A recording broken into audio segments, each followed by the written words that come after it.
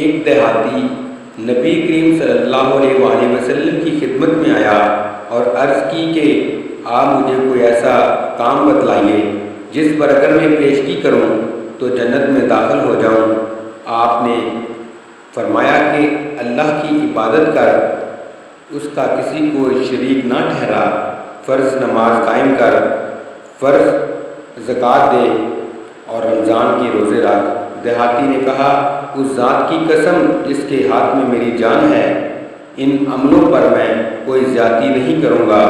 جب وہ پیٹھ موڑ کر جانے لگا تو نبی کریم صلی اللہ علیہ وسلم نے فرمایا کہ اگر کوئی ایسے شخص کو دیکھنا چاہے جو جنت والوں میں سے ہو تو وہ اس شخص کو دیکھ لے۔